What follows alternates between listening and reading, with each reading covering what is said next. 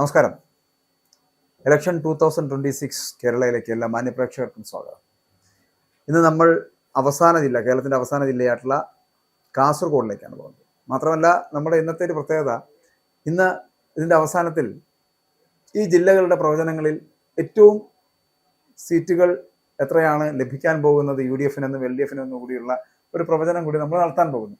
ഇതൊക്കെ യാഥാർത്ഥ്യമാണോ ശരിയാകുമോ എന്നുള്ളതല്ല, ഒരു രാഷ്ട്രീയപരമായിട്ടുള്ള വിശകലനത്തിൻ്റെ അടിസ്ഥാനത്തിൽ നമ്മൾ ചെയ്യുന്നത് മാത്രം. അതുകൂടി നമുക്ക് ഇതിൻ്റെ അവസാനത്തിൽ കാണാൻ പറ്റും. എത്ര സീറ്റുകൾ ഈ ജില്ലകളിൽ നിന്ന് നമുക്ക് നേടാൻ കഴിയും, കേരളത്തിൽ എത്ര സീറ്റുകൾ UDF പിടിക്കും, എത്ര സീറ്റുകൾ LDF പിടിക്കും എന്നുള്ളതൊക്കെ അവസാനം കൂടി കാണാം. ആദ്യം നമുക്ക് കാസർഗോഡിൻ്റെ ഒരു വിശകലനം നടത്താം. സാർ നമസ്കാരം. ഇന്ന് നമ്മൾ കാസർഗോഡിലേക്കാണ് പോകുന്നത്. മഞ്ചേശ്വരവും കാസർഗോഡും ഉദുമയും കാഞ്ഞങ്ങാടും പിന്നെ തൃക്കരിപ്പൂരും അടങ്ങുന്ന ഉദുമയിൽ എങ്ങനെയാണ് നമുക്ക് ഈ പറയുന്ന കാസർഗോഡിനെ വിലയിരുത്തേണ്ടത്? കാസർഗോഡ് കേരളത്തിന്റെ വടക്കേ അറ്റത്തെ ജില്ലയാണ്. ഏറ്റവും ഒടുവിൽ 1984 രൂപീകരിച്ച ജില്ലയുമാണ്. മാറി മാറി എങ്കിലും കൂടുതലും UDFന് അനുകൂലമായി പലപ്പോഴും നിന്നിട്ടുള്ള മണ്ഡലമാണ്. കഴിഞ്ഞ 2 പാർലമെന്റ് തെരഞ്ഞെടുപ്പിലും തുടർച്ചയായി ശ്രീ രാജ്മോഹൻ ഉണ്ണിത്താൻ ജയിക്കുന്ന ഒരു ഇതാണ്. ഏറ്റവും വടക്കേ അറ്റത്തെ മണ്ഡലം മഞ്ചേശ്വരമാണ്. അവിടെ നമുക്ക് ആരംഭിക്കാം. ഇപ്പൊ നിലവിൽ 3-2 എന്നുള്ളതാണ്. 3 LDF 2 UDF. അതെ, ആ രണ്ടും ലീഗിൻ്റെതാണ്. അത് മഞ്ചേശ്വരവും കാസർഗോഡുമാണ്. ആ രണ്ടും ലീഗിന്റെ MLA മാരാണ്. ബാക്കി 3 LDF-ന്റെ. അതെ, ഈ ഉദുമയും കാഞ്ഞങ്ങാടും തൃക്കരിപ്പൂരും LDF-ന്റെ. അപ്പൊ മഞ്ചേശ്വരം തുടങ്ങാം. മഞ്ചേശ്വരം പ്രസിദ്ധമായ ഒരു നിയോജക മണ്ഡലമാണ്. വിവാദമായ പലപ്പോഴും ഉള്ള മണ്ഡലമാണ്. തെരഞ്ഞെടുപ്പ് കേസ് വന്ന മണ്ഡലമാണ്. BJPക്ക് തുടർച്ചയായി 2ാം സ്ഥാനം കിട്ടുന്ന ഒരു മണ്ഡലമാണ്. ഇത്തവണയും അവിടെ BJPക്ക് വേണ്ടി NDAക്ക് വേണ്ടി മത്സരിക്കുന്നത് പഴയ സ്ഥാനാർത്ഥിയാണ് ശ്രീ സുരേന്ദ്രനാണ്. തുച്ഛമായ 100-ൽ താഴെ 80 എത്രയോ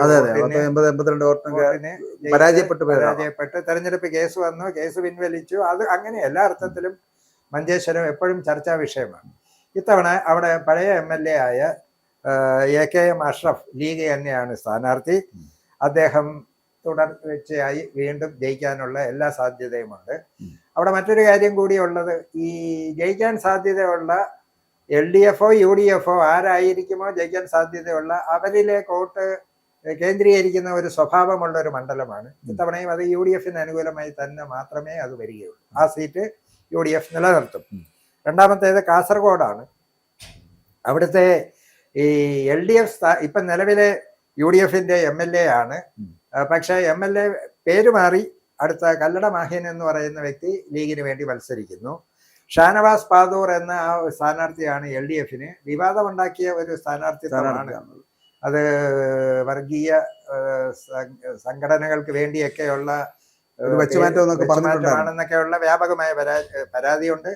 അവിടെ BJP 2ാം സ്ഥാനത്ത് കഴിഞ്ഞവണ വന്ന ഒരു വനിതാ അശ്വിനിയാണ് മത്സരിക്കുന്നത്. അവിടെയും നിലവിലെ സീറ്റ് UDF മുസ്ലിം ലീഗ് നിലനിർത്തും. 2ആയി.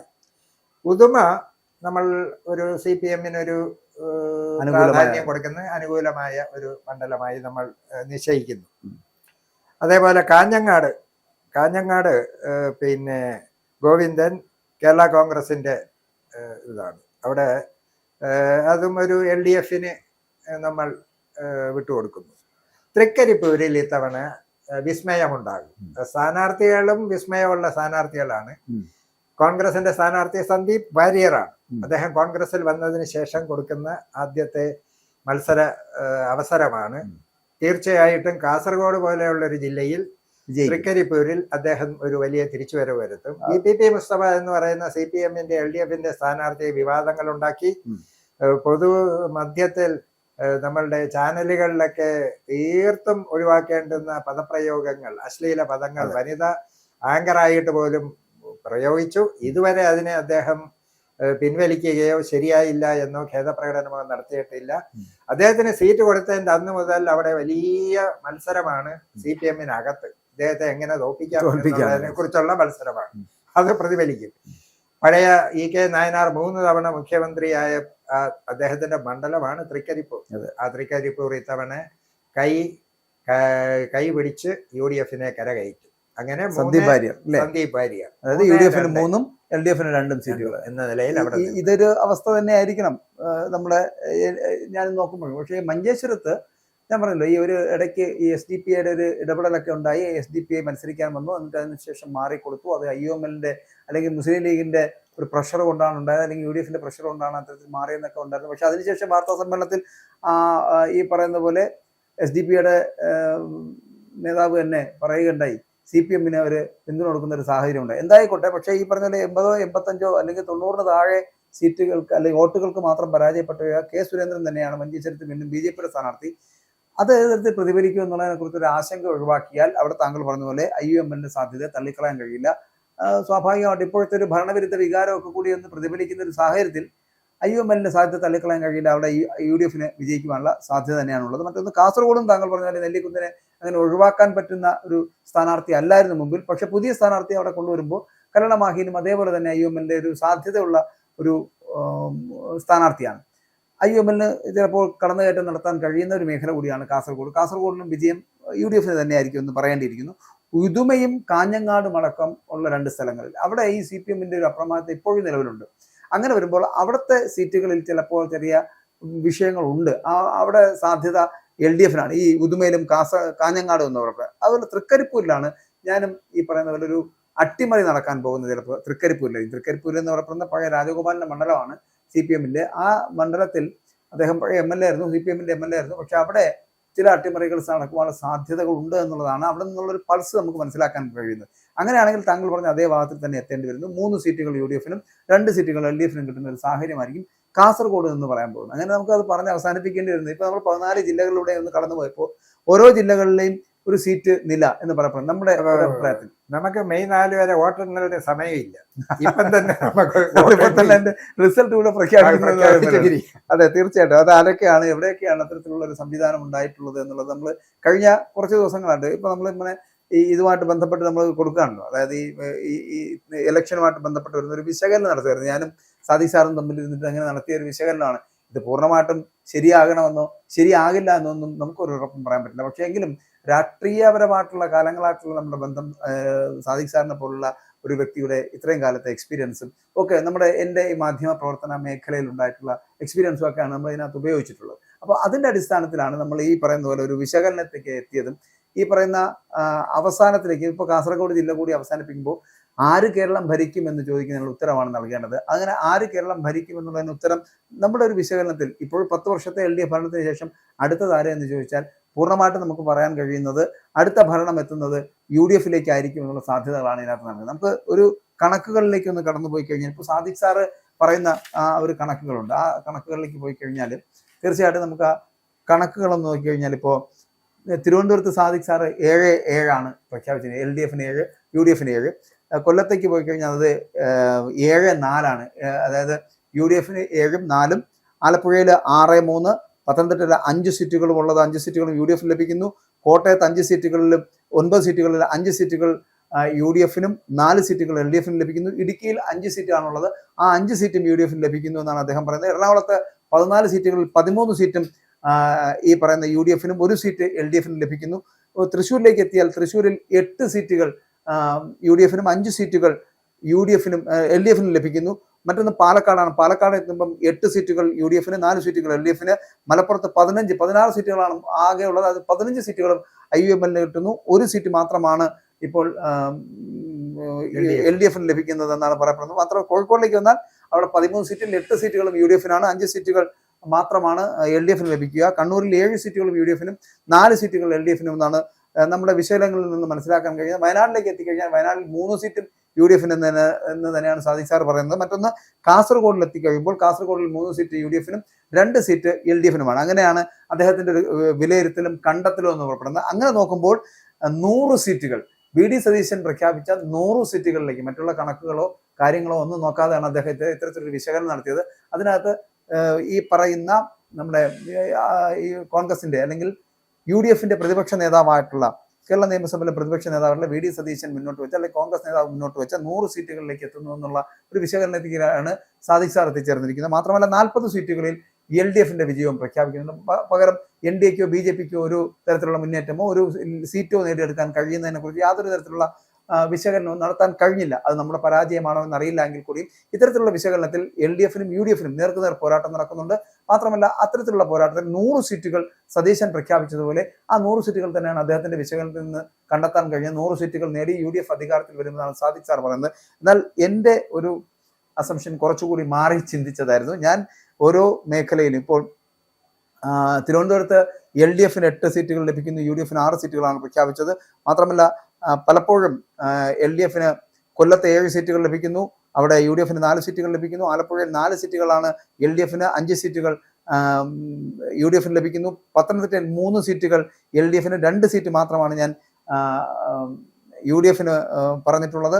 മറ്റൊന്ന് കോട്ടയത്ത് എത്തിക്കഴിഞ്ഞാൽ അവിടെ 3ഉം 6ഉം എന്നുള്ള രീതിയിലാണ്. അതായത് 3 സീറ്റുകൾ LDF ലഭിക്കും, 6 സീറ്റുകളാണ് UDF ലഭിക്കുന്നതാണ് എൻ്റെ ഒരു അഭിപ്രായം. ഇടുക്കിയിൽ 2 സീറ്റുകൾ LDF, 3 സീറ്റുകൾ UDF ലഭിക്കുന്നു എന്നുള്ളതാണ്. എറണാകുളത്തേക്ക് എത്തപ്പെടുമ്പോൾ 4 സീറ്റുകൾ UDF, 4 സീറ്റ് LDF, 10 സീറ്റുകൾ UDF ലഭിക്കുന്നു എന്ന് പറയപ്പെടുന്നുണ്ട്. മറ്റൊന്ന് തൃശ്ശൂരിൽ 6 സീറ്റുകൾ LDF, 7 സീറ്റുകൾ UDF. മറ്റൊന്ന് പാലക്കാട്ട് 5 സീറ്റുകൾ ഇപ്പോൾ LDF, 7 സീറ്റുകൾ ഈ പറയുന്ന UDF ലഭിക്കുന്നുണ്ട്. മലപ്പുറത്ത് ഞാനും സാദിഖ് സാറും ഒരേപോലെ തന്നെയാണ്. കാരണം 1 സീറ്റ് LDF, 15 സീറ്റുകൾ IUML അല്ലെങ്കിൽ UDF ലഭിക്കുന്നു എന്നുള്ളതാണ്.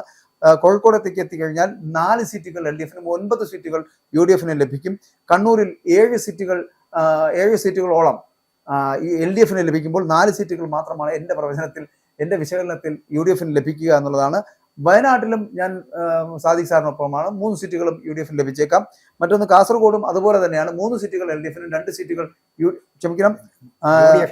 അതെ 2 സീറ്റുകൾ LDF, 3 സീറ്റുകൾ UDF ലഭിക്കുന്ന ഒരു സാഹചര്യം ഉണ്ടാകുന്നതാണ് നമുക്ക് മനസ്സിലാക്കാൻ കഴിയുന്നത്. അങ്ങനെയാണെങ്കിൽ എൻ്റെ പ്രവചനങ്ങളിൽ 57ഓളം സീറ്റുകൾ LDF ലഭിക്കാം. 57 സീറ്റുകൾ LDF, 83 സീറ്റുകളിൽ UDF അത് എത്തുന്നു, അല്ലെങ്കിൽ UDF നേട്ടമുണ്ടാക്കാൻ കഴിയുമെന്നുള്ളതാണ് നമ്മുടെ ഇതിന്റെ വിശകലനത്തിൽ നിന്ന് മനസ്സിലാക്കാൻ കഴിയുന്നത്. അപ്പോൾ ഇതിൽ നിന്ന് നമുക്ക് ഇത്രയും മാത്രമേ പ്രവചിക്കുവാനുള്ളൂ, അല്ലെങ്കിൽ പറയുവാനുള്ളൂ. ഞങ്ങൾ ആദ്യം ഇതിന്റെ തുടക്കത്തിൽ പറഞ്ഞതുപോലെ ഒരു വിശകലനമാണ്, രാഷ്ട്രീയ വിശകലനമാണ് നടത്തിയത്. ആ രാഷ്ട്രീയ വിശകലനത്തിൽ ഈ തിരുവനന്തപുരം മുതൽ കാസർഗോഡ് വരെയുള്ള ജില്ലകളിലെ ഇപ്പോഴത്തെ ഒരു പൾസ് നമ്മൾ മനസ്സിലാക്കിയതിൽ നിന്നുള്ള ഒരു പൾസാണ്. ആ പൾസിൽ നിന്ന് ജനങ്ങൾ എങ്ങനെയായിരിക്കും വോട്ട് ചെയ്യുക, ഏത് തരത്തിലുള്ള സ്ഥാനാർത്ഥികളായിരിക്കും മത്സരിക്കുന്നത്, അവരെ എങ്ങനെയായിരിക്കും വിജയിപ്പിക്കുക എന്നൊക്കെയായിരുന്നു നമ്മൾ ചിന്തിച്ചത്. അതിനകത്ത് സാദിഖ് സാർ പറഞ്ഞ 100 സീറ്റുകൾ UDF ലഭിക്കുകയും 40 സീറ്റുകൾ LDF ലഭിക്കുകയും ചെയ്ത് UDF അധികാരത്തിലേക്ക് എത്തും. അത് സമ്പൂർണ്ണമായിട്ടുള്ള ഒരു വിജയമായിരിക്കുമെന്ന് തന്നെയാണ് അദ്ദേഹം പറയുന്നത്. പക്ഷേ ഞങ്ങൾ ഇതിന്റെ തുടക്കത്തിൽ പറഞ്ഞു ഒരു 75 സീറ്റിനും 85 സീറ്റിനും ഇടയിലുള്ള ഒരു വിജയമായിരിക്കും നേടാൻ കഴിയുക എന്നുള്ളതായിരുന്നു UDF പ്രതീക്ഷ എന്നായിരുന്നു ഞങ്ങൾ ആദ്യം ഉദ്ദേശിച്ചത്. പക്ഷേ അത് പറഞ്ഞു തന്നപ്പോൾ സാദിഖ് സാർ പറഞ്ഞു നിർത്തുന്നത് 100 സീറ്റിലും, ഞാൻ പറഞ്ഞു നിർത്തുന്നത് 83 സീറ്റിലുമാണ്. എന്തായിരുന്നാലും ഇതിന്റെ യഥാർത്ഥ ചിത്രം ഈ വരുന്ന മെയ് 4-ാം തീയതി മാത്രമായിരിക്കും നമുക്ക് അറിയാൻ കഴിയുക. പക്ഷേ ഇനി ദിവസങ്ങൾ മാത്രമാണ് ഈ പറഞ്ഞ തിരഞ്ഞെടുപ്പിന് ബാക്കിയുള്ളൂ. ആ തിരഞ്ഞെടുപ്പ് നടന്നതിന് ശേഷം പിന്നെയും ദിവസങ്ങൾ ഈ വോട്ടെണ്ണലിന് വേണ്ടി ബാക്കിയുണ്ട്. ആ വോട്ടെണ്ണൽ എന്ന് പറയുന്നത് നമ്മൾ പറഞ്ഞാൽ 1 മാസത്തോളം നമ്മൾ കാത്തിരിക്കേണ്ടി വരും, അല്ലെങ്കിൽ ഒരു 10-25 ദിവസത്തോളം നമ്മൾ കാത്തിരിക്കേണ്ടി വരും. അതിനുശേഷം മാത്രമേ ആര് ഭരിക്കും, ആര് ഈ ഭരണത്തിൽ നിന്ന് പുറത്താകുമെന്നൊക്കെ നമുക്ക് അറിയാൻ കഴിയും. എന്തായാലും 100 സീറ്റുകൾ എന്നുള്ള സാദിഖ് സാറിന്റെ പ്രവചനവും 40 സീറ്റുകൾ LDF എന്നുള്ള അദ്ദേഹത്തിന്റെ പ്രവചനമാണോ, അതോ ഈ പറയുന്ന 57 സീറ്റുകൾ LDF, 83 സീറ്റുകൾ UDF എന്ന പ്രവചനമാണോ എന്നൊക്കെ നമുക്ക് നോക്കി കാത്തിരുന്ന് കാണാം. അതിലൊന്നും വലിയ വിഷയമൊന്നുമില്ല. പക്ഷെ എങ്കിലും നമ്മൾ രണ്ടുപേരും ഒരു കോമൺ ആയിട്ട് എത്തപ്പെടുന്ന ഒരു വിഷയമുണ്ട്. UDF തന്നെ ആയിരിക്കും അധികാരം, അല്ലെ? ഭരണം UDF തന്നെ ആയിരിക്കും എന്നുള്ള കാര്യത്തിൽ തർക്കമില്ല. അത് തന്നെയായിരിക്കും സംഭവിക്കാൻ പോകുന്നത്. പക്ഷെ അതിന്റെ സീറ്റിന്റെ ഒരു കാര്യത്തിൽ മാത്രമാണ് നമ്മൾ ഈ പറഞ്ഞ ഒരു BJPക്ക് അക്കൗണ്ട് തുറക്കാൻ പറ്റുമെന്നും നമ്മൾ കരുതുന്നില്ല. അങ്ങനത്തെ സാഹചര്യം ഉള്ളതായിട്ട് തോന്നുന്നില്ല. എല്ലായിടത്തും ഇപ്പൊ നേമത്താണെങ്കിലും ശരി, അവരെ ഉദ്ദേശിക്കുന്ന മഞ്ചേശ്വരത്താണെങ്കിലും ഒക്കെ വലിയ മാറ്റങ്ങൾ ഒന്നും സംഭവിക്കാൻ പോകുന്നില്ല. കാരണം അത് നേമത്തെ ചന്ദ്രശേഖരൻ എന്ന് പറഞ്ഞ സ്ഥാനാർത്ഥിയും പകരം മഞ്ചേശ്വരത്തേക്ക് പോയ കെ സുരേന്ദ്രൻ സ്ഥാനാർത്ഥി ഫിറ്റ് തന്നെയാണ് അവരുടെ കൂടെ നിൽക്കാൻ. പക്ഷേ അവിടെയുള്ള ബാക്കിയുള്ള രാഷ്ട്രീയ അടിത്തറകളിലൊക്കെ ചെറിയ വ്യത്യാസങ്ങൾ വരുന്നത് കൊണ്ടും ഈ പറഞ്ഞ ന്യൂനപക്ഷങ്ങളുടെ വോട്ടുകൾ ചിലപ്പോൾ മാറി ചെയ്യുന്ന ഒരു സാഹചര്യം ഉണ്ടാവുകയും ചെയ്തു കഴിഞ്ഞാൽ മഞ്ചേശ്വരത്തും പ്രതീക്ഷിക്കുന്ന ഒന്നും സംഭവിക്കാൻ പോകുന്നില്ല.